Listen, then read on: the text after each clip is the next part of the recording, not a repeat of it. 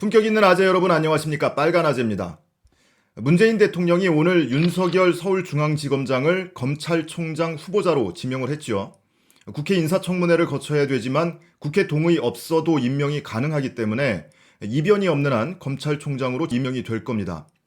이번 인사 배경에 대해서 여러 가지 해석이 나오고 있는데요. 오늘 저도 제 나름의 시각으로 해석을 해보려고 합니다. 오늘 진지하게 말씀드릴 두 가지는 이렇습니다. 윤석열 검찰총장 발탁이 상징하는 것은 현 정부가 정권이 검찰에 대한 장악력을 높이려고 하는 게 아니라 오히려 검찰이 정치 권력으로부터 독립성을 확보하도록 하는 검찰 개혁의 첫 단추다. 이런 점이고, 또 하나는 윤석열 검찰총장 발탁을 가능하게 한 핵심 키워드는 신뢰다. 이 두 가지에 대한 겁니다. 먼저 청와대 고민정 대변인이 윤석열 검찰총장 지명에 대한 브리핑을 했는데요. 그 영상부터 짧게 보고 오시죠. 문재인 대통령은 17일 박상기 법무부 장관의 제청을 받고 윤석열 서울중앙지검장을 검찰총장 후보자로 지명했습니다.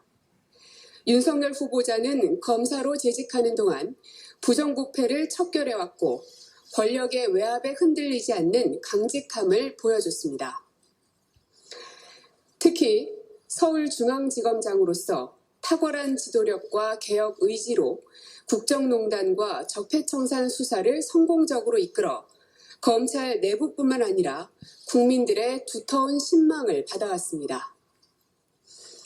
윤석열 후보자가 아직도 우리 사회에 남아있는 각종 비리와 부정부패를 뿌리 뽑음과 동시에 시대적 사명인 검찰 개혁과 조직 쇄신 과제도 훌륭하게 완수할 것이라고 기대합니다. 자, 이 브리핑 내용 가운데 가장 핵심적인 부분은 윤석열 지검장이 권력의 외압에 흔들리지 않는 강직함을 보여줬다라는 부분입니다. 이 검찰 개혁의 핵심은 뭡니까? 검경 수사권 조정이나 공수처 설치 이런 것들은 곁가지죠. 오히려 검찰의 정치적 중립을 위한 과정일 뿐입니다. 검찰개혁의 핵심이 검찰의 정치적 중립이라고 봤을 때 문 대통령이 이 점에서 윤석열 지검장에 대한 대단히 두터운 신뢰를 갖고 있다, 이런 게 느껴집니다. 윤석열 지검장이 지난 2013년 국회 법제사법위원회의 국정감사에 출석해서 이렇게 어록을 남겼죠. 혹시 조직을 사랑합니까? 네, 대단히 사랑하고 있습니다. 사랑합니까? 네. 혹시 사람이 충성하는 건 아니에요? 저는 사람에 충성하지 않기 때문에 예. 제가 오늘도 이런 말씀을 드립니다. 여기서 말하는 사람이라는 것은 최동욱 검찰총장에게 충성하는 것 아니냐라는 비판에 대한 항변이었습니다. 윤석열 지검장이 말한 이 충성의 대상은 사람이 아니라고 말했죠. 그러면 본인이 사랑하는 조직에 대한 충성이냐? 그렇다면 그 조직이라는 것이 검찰 조직이냐, 국가이냐, 뭐 이런 여러 가지 해석이 나올 수가 있습니다. 제가 보기에 그 충성의 대상은 이 검찰이라는 유형의 조직이 아니라 검사에게 주어진, 검찰에게 주어진 사명을 얘기하는 거다, 이렇게 보여집니다.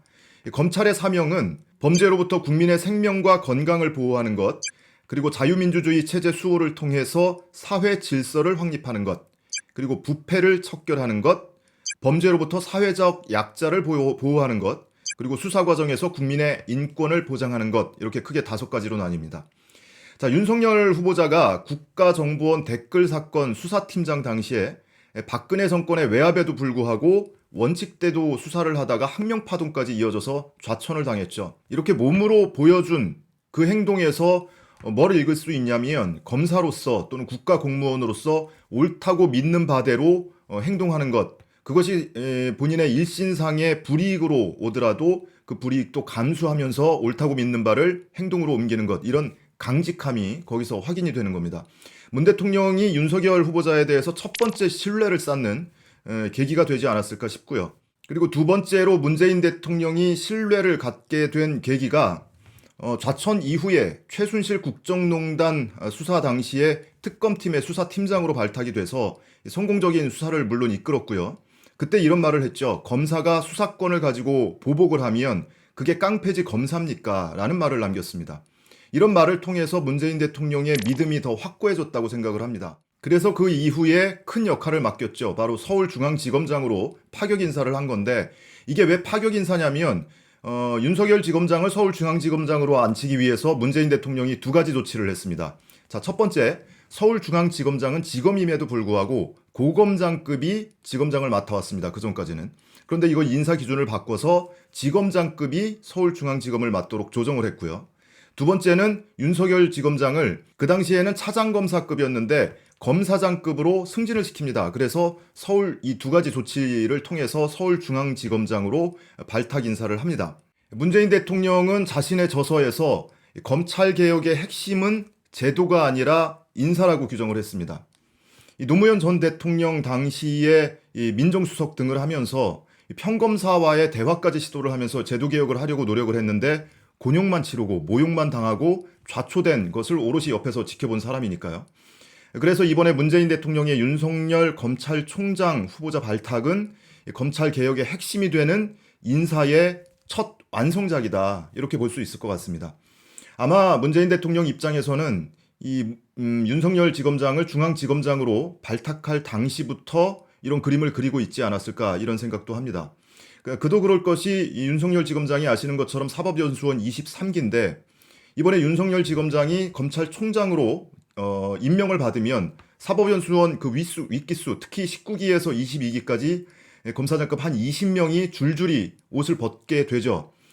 후배 기수가 검찰총장이 되면 선배 기수들은 옷을 벗고 나가는 게 관행처럼 굳어져 왔던 전통이니까 이번에도 뭐 그렇게 될 거라고 믿습니다.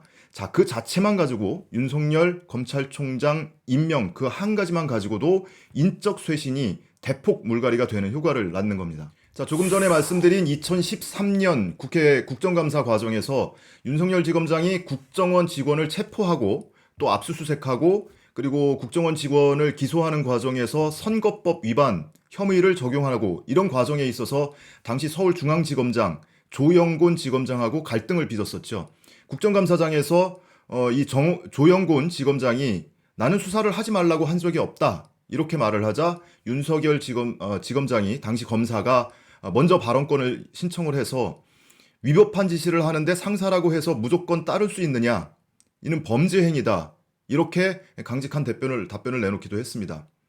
자, 문재인 대통령이 이 윤 지검장이 대통령이나 현 정부에 충성하는 것이 아니고 검찰의 사명 그리고 국가 공무원으로서의 사명을 금과 옥조처럼 신념으로 여기고 원칙대로 일 처리를 한 거라는 거는 잘 알고 있을 겁니다.